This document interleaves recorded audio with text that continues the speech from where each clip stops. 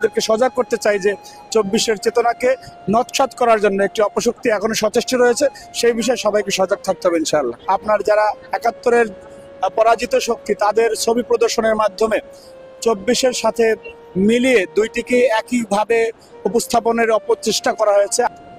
ধন্যবাদ আপনাকে। দেখুন, জুলাই গণঅভ্যুত্থানের বর্ষপূর্তি হয়েছে। বাংলাদেশের সাধারণ মানুষ যে একটি বৈষম্যহীন সমাজ ব্যবস্থা গড়ার জন্য গত বছরের গণঅভ্যুত্থানে ঝাঁপিয়ে পড়েছিল, এই এক বছরে আমরা মনে করি যে সাধারণ মানুষ তার সে প্রত্যাশিত জায়গাটি থেকে অনেক দূরে রয়েছে, যোজন যোজন দূরে রয়েছে। এবং মানুষ যে ন্যায় বিচারের সমাজ যে আকাঙ্ক্ষা নিয়ে নেমেছিল, সেখানে আমরা এখনো দেখতে পাচ্ছি যে মবক্রেসি, মব জাস্টিস এবং মানুষ যে তার স্বাভাবিক মৃত্যুর গ্যারান্টি থেকেও দূরে রয়েছে। সুতরাং এখন আমরা আশাহত নয়, আমরা বিশ্বাস করতে চাই যে গণঅভ্যুত্থানের আকাঙ্ক্ষার উপরে প্রতিষ্ঠিত যে সরকার এবং যে সরকার রক্তের উপর দিয়ে এই সরকারটি প্রতিষ্ঠিত হয়েছে, সেই সরকার গণমানুষের যে আকাঙ্ক্ষা, সে আকাঙ্ক্ষা পূরণে মানুষ যে বহুল প্রতীক্ষিত তার ভোটাধিকার প্রয়োগ করার বিষয়টি রয়েছে, সেইটি ব্যবস্থা করে একটি গণতান্ত্রিক বাংলাদেশ বিনির্মাণের জন্য ওনারা সহায়ক শক্তি হিসেবে কাজ করবেন।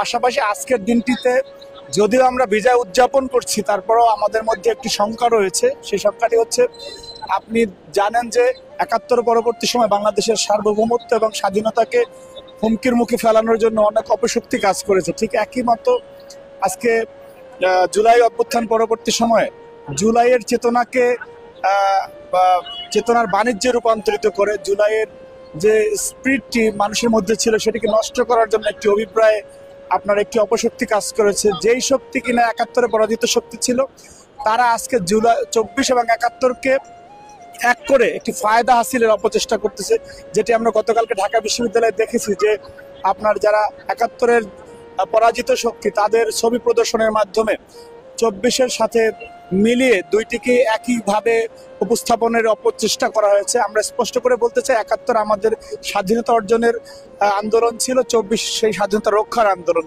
সুতরাং সেই স্বাধীনতা রক্ষার আন্দোলনকে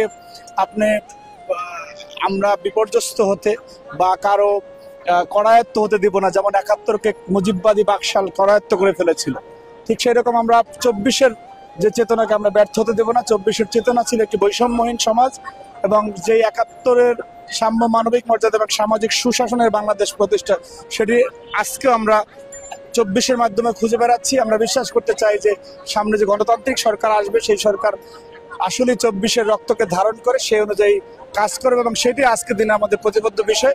এবং আমরা পাশাপাশি শিক্ষার্থীদেরকে সজাগ করতে চাই যে ২৪-এর চেতনাকে নৎসাৎ করার জন্য একটি অপশক্তি এখনো সচেষ্ট রয়েছে, সেই বিষয়ে সবাইকে সজাগ থাকতে হবে ইনশাআল্লাহ।